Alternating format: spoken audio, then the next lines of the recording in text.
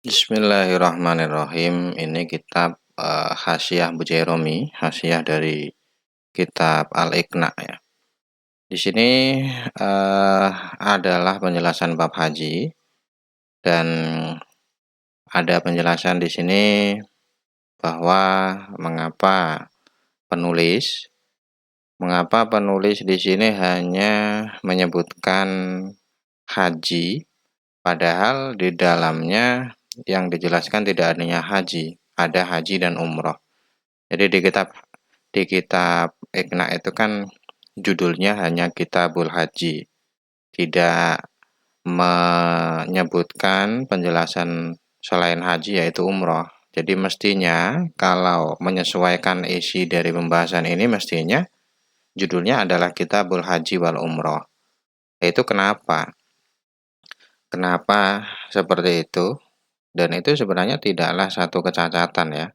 Jadi memberikan satu judul tapi di dalamnya menambah penjelasan itu tidak termasuk kecacatan.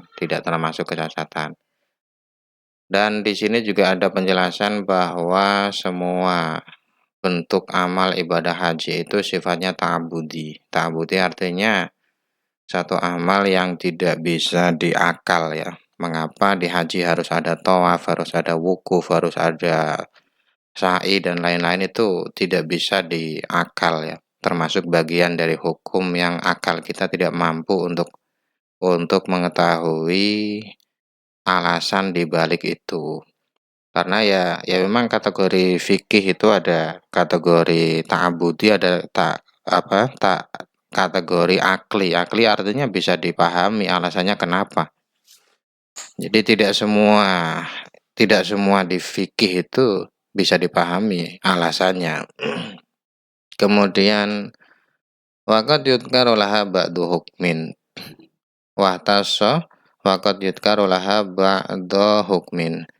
Jadi memang di dalam pembahasan haji di kitab Iqna itu ada sebagian hukum umroh yang dijelaskan. Jadi tidak hanya menjelaskan haji saja, walaupun seperti yang diketahui tadi, ini antara isi dan judul itu ada perbedaan.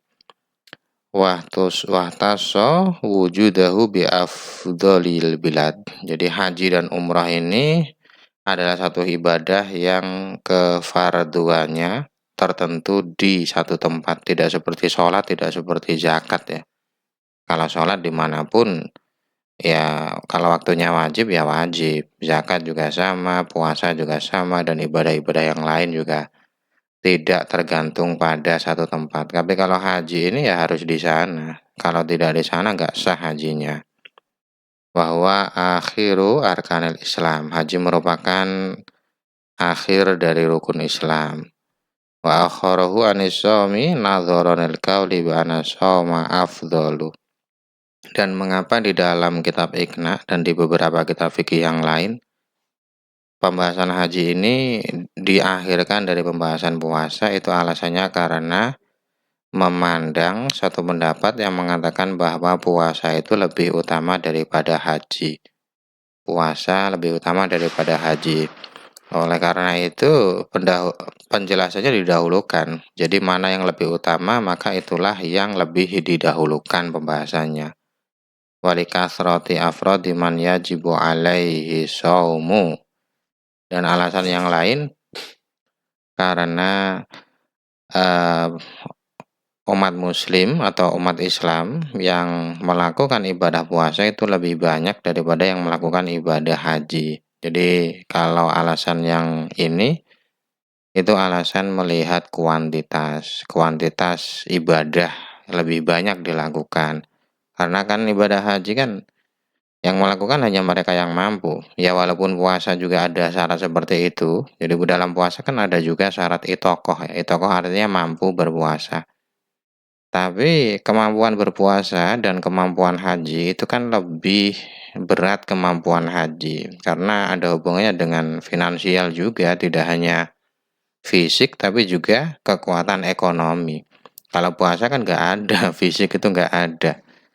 Dan ekonomi yang dibutuhkan juga banyak, tidak seperti zakat. Kalau zakat kan cuman lebih zakat fitrah misalkan. Zakat fitrah itu kan aturannya hanya memiliki harta yang lebih di satu hari gitu aja, tidak perlu ada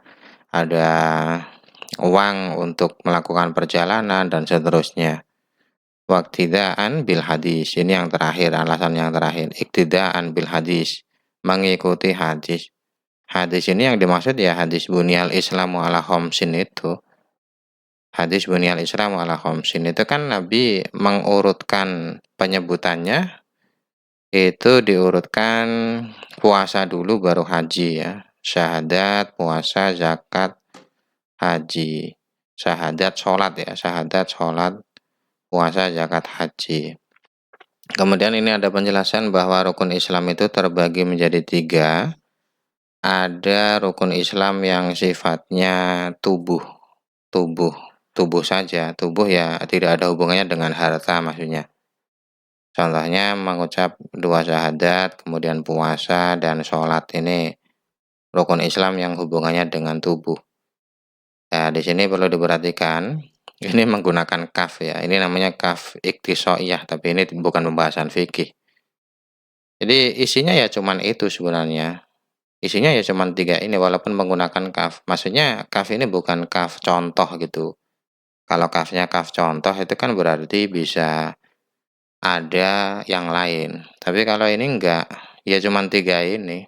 Jadi semuanya, disebutkan semuanya gitu. Contoh kan sebagian, ini disebutkan semuanya. Yang kedua ada harta yang tidak ada hubungannya dengan tubuh, itu zakat isinya. Yang ketiga ini kumpulan antara harta dan tubuh, yaitu haji. Jadi kalau zakat itu ibadah hubungannya hanya dengan harta. Kalau haji ada percampuran antara harta dan tubuh. Tapi penjelasan ini ditentang bahwa harta itu sebenarnya di luar rukun haji. Tidak ada rukun haji berupa harta itu. Harta itu kan syarat sebenarnya. Dan syarat itu di luar haji. Namanya syarat itu di luar perbuatan itu. Misalkan sholat disyaratkan wudhu. Wudhu itu bukan sholat gitu maksudnya. Nah haji ini sama.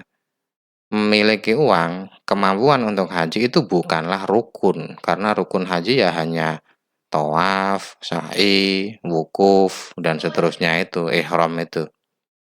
Jadi ada yang menyanggah hal itu. Jadi yang namanya haji itu seluruhnya amal, seluruhnya perbuatan tubuh, hubungannya dengan tubuh. Ada yang menyanggah seperti itu.